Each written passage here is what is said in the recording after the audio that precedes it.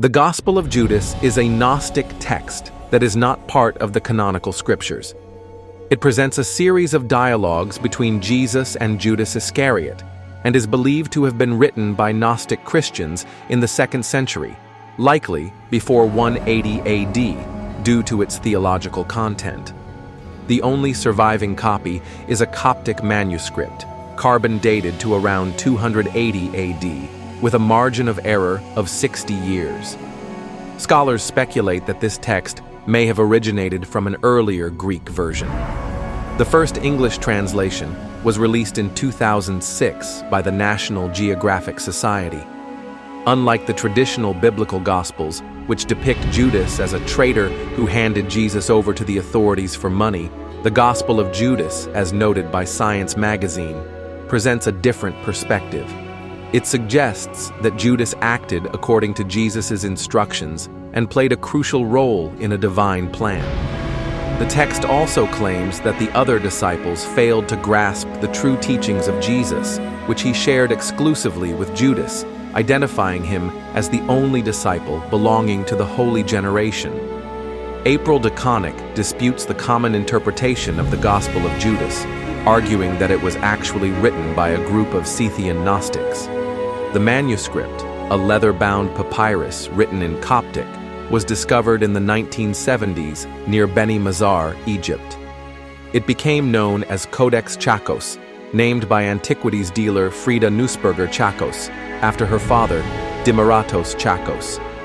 Concerned about its worsening condition, she transferred ownership of the manuscript in 2000 to the Maecenas Foundation for Ancient Art in Basel, Switzerland, for preservation, translation, and potential sale. On April 6, 2006, the National Geographic Society published the first English translation of the text and publicly revealed some of its pages. The Codex, believed to date back to the late 2nd century, contains the earliest known surviving copy of the Gospel of Judas, Evangelion Iudas, which presents the story of Jesus' death from Judas's perspective. Radiocarbon analysis estimated the manuscript's age to be between 220 and 340 AD, according to National Geographic. The manuscript deteriorated into more than 1,000 fragments, with many sections lost due to improper handling and storage. Some parts contain only scattered words, while others preserve multiple lines of text. According to Coptic scholar Rodolphe Casser, the Codex originally consisted of 31 leaves, each inscribed on both sides. However, by the time it surfaced on the antiquities market in 1999, only 13 leaves remained, with individual pages possibly removed and sold separately. For 2 decades, the Codex was kept in poor conditions while being offered to potential buyers. It was stored in a cardboard box, at times placed in a freezer, kept in a safety deposit box in Long Island, and even folded in half. Scholars suggest, based on linguistic analysis, including dialectal features and Greek loanwords, that the Coptic text may be a translation of an older Greek manuscript dating back to approximately 130 to 170 AD. This hypothesis is partly supported by the early Christian writer Irenaeus of Lyons, who, in his arguments against Gnosticism, referenced a Gospel of Judas, calling it a fictitious history filled with blasphemous heresies. However, it remains uncertain whether the text he described is the same as the Gospel of Judas found in the Codex Chakos. The Gospel of Judas is composed of 16 chapters detailing Jesus' teachings on spiritual truths and cosmology.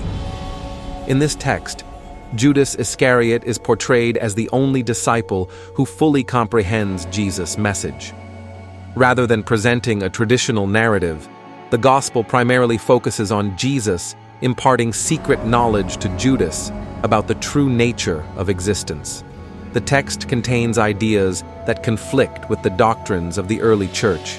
It describes God as a luminous cloud of light residing in an eternal, imperishable realm. According to the Gospel, Adamus, the spiritual ancestor of humanity, was created in God's image and originally dwelled in this divine realm. At the dawn of creation, God brought forth a group of angels and lower deities, among whom 12 were assigned to rule over chaos and the underworld. These celestial beings were responsible for shaping a physical body for Adamus, giving rise to the first man, Adam. Over time, humanity lost its awareness of its divine origins, and Adam's descendants, such as Cain and Abel, became entangled in violence and murder. Many came to believe that the flawed material world was the entirety of existence, forgetting about God and the imperishable realm. Jesus, according to this gospel, was not sent by one of the lesser gods, but by the true, supreme God. His purpose was to reveal that salvation lies in recognizing and connecting with the divine essence within oneself. By embracing this inner God, a person can transcend the physical world and return to the imperishable realm. According to the Gospel of Judas, 11 of Jesus' disciples misunderstood the core of his teachings. They remained fixated on the physical world and sensory experiences, failing to grasp the deeper spiritual truths. The text claims they continued to perform religious animal sacrifices, which satisfied the lower gods, but did nothing to connect them with the true God. They also believed that those who died as martyrs for Christ would experience bodily resurrection. In contrast, Jesus imparted secret knowledge to Judas, revealing the true purpose of his life, ministry, and death.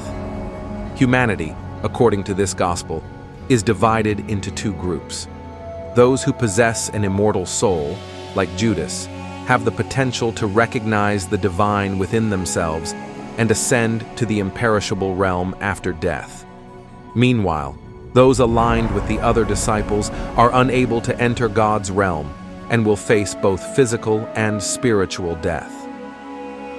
The text condemns religious rituals tied to the material world, including animal sacrifice and a communion ceremony involving the consumption of Jesus' flesh and blood, which it describes as a form of cannibalism.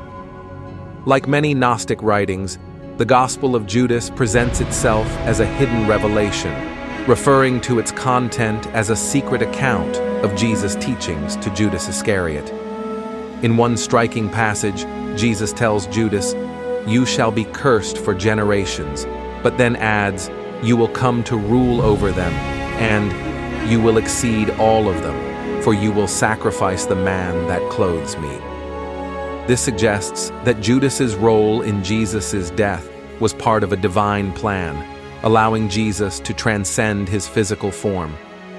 Unlike the 4 canonical Gospels, which provide narrative accounts of Jesus' final year and, in the cases of Matthew and Luke, his birth, the Gospel of Judas is structured as a series of dialogues between Jesus and Judas, as well as between Jesus and his 12 disciples. It lacks a traditional storyline, instead focusing on direct conversations.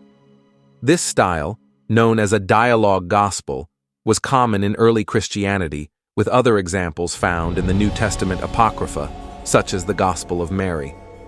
Like the canonical Gospels, the Gospel of Judas depicts the scribes approaching Jesus to arrest him and Judas receiving money for turning him over. However, while the traditional Gospels portray Judas as a traitor condemned by Jesus, who declares, "Woe to that man who betrays the Son of Man. It would be better for him if he had never been born." Mark 14:21, Matthew 26:24. The Gospel of Judas presents him in a radically different light. Here, Judas is depicted as a chosen figure, fulfilling a divine mission. Jesus tells him, "In the last days, they will curse your ascent to the holy generation," suggesting that his actions were necessary for a greater spiritual purpose. In another passage, Jesus singles Judas out from the other disciples, telling him, "Step away from the others, and I shall reveal to you the mysteries of the kingdom." He further instructs Judas to gaze upward, saying, "Look, you have been told everything. Lift up your eyes and see the cloud, the light within it, and the stars surrounding it. The star that leads the way is your star." This suggests that Judas has a unique and predestined role in the unfolding divine plan. Thank you for watching. Please like, share, and subscribe.